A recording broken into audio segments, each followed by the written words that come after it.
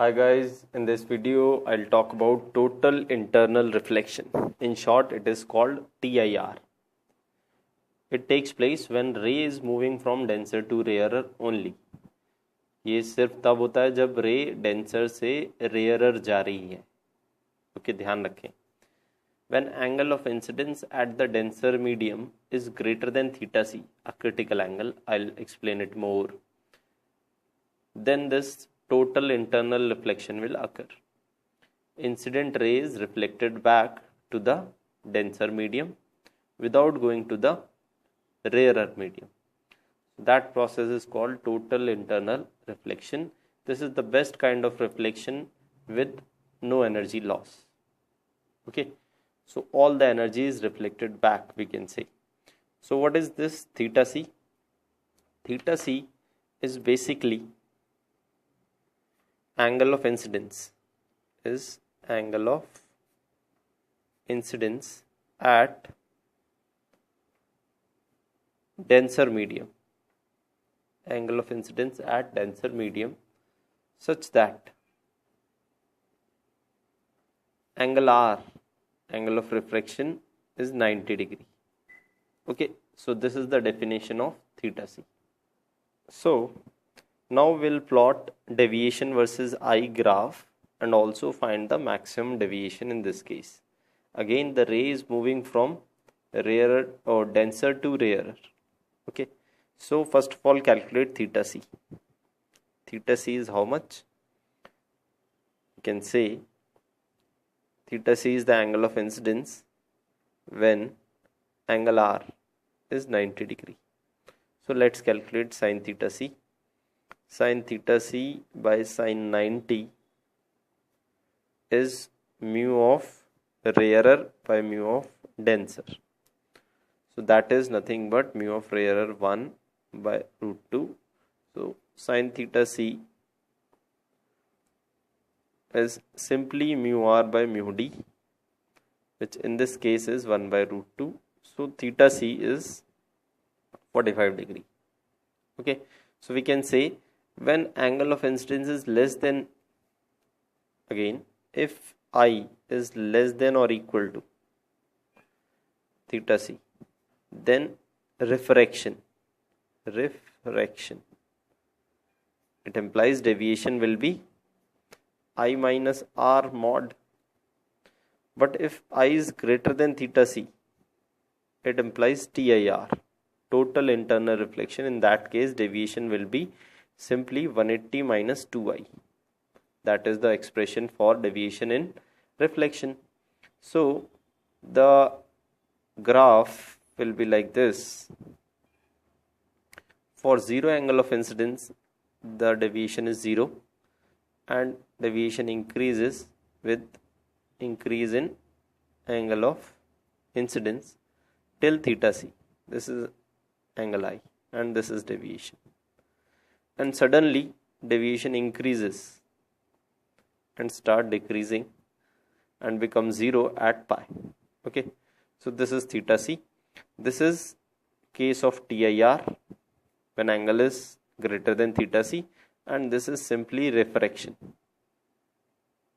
Okay, so find the maximum deviation. Maximum deviation is this, del max. Del max is almost equal to pi minus 2 times theta c. Okay, in fact del max is slightly less than that, but we can take the limiting value equal to pi minus 2 times theta c. Let's say there are three rays, red, blue and pink. This angle is greater than theta c. This angle I is greater than theta c. So this ray will perform TIR. Let's say the blue ray makes an angle theta c. So this is equal to theta c. So this will just perform refraction and the angle of refraction will be 90 degree. And the red ray is making an angle which is less than theta c. This angle is less than theta c. So this I is less than theta c. So it will perform obviously refraction and it will deviate like this. Okay. In the next question, there is a point source of light which is placed at a depth h.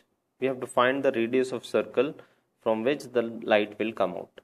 Okay, let's say this is the surface and at a depth h we have a point source. This point source is radiating light rays at different angles. Let's say we can say that as we move away, जैसे जैसे इस direction में जाएंगे angle बढ़ रहा है. Let's say this angle is theta c. So obviously this angle will be less than theta c and this angle will be greater than theta c. Okay, so ये रे तो TIR करेगी, सिर्फ यहाँ तक होने वाली रेज बाहर जाएंगी. ऐसे एक और रे बना सकते थे हम.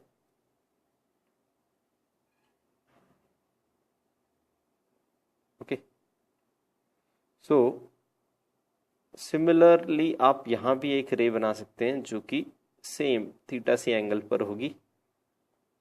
और क्योंकि ये डायग्राम एक प्लेन में बनाया गया है, अगर आप 3D में इसको इमेजिन करें तो आपको ये कुछ इस टाइप का एक सर्कल सा दिखेगा जहाँ से रेज बाहर निकल रही होंगी.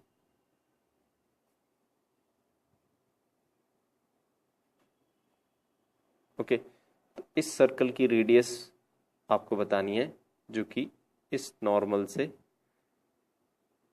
डिसाइड होगी. अब ध्यान से एक ट्रायंगल मैं अलग से बना दे रहा हूं. This angle was theta C, so this is theta c, this is r, this is h. So we can easily find out sin theta c as perpendicular over hypotenuse, which is r square plus h square, and we know it is mu rarer by mu denser. In this case, rarer is air, which is 1, and denser is water, let's say mu water. Okay, so from this expression we can solve for r. How much? Squaring both sides, r square is equal to r square plus h square is equal to 1 by mu square. We can get r as h square over root of mu square minus 1. So that is the expression for r square. Take the root, you will get this, r equal to h by root of mu square minus 1. Okay. In the next question, there is a prism. We have to find the minimum mu of the prism so that every ray entering phase 1 must perform TIR at phase 2. Okay, so let's say let's take any ray. This is normal at this. This goes here and it emerges out like this. Okay, so this is R1, this is R2.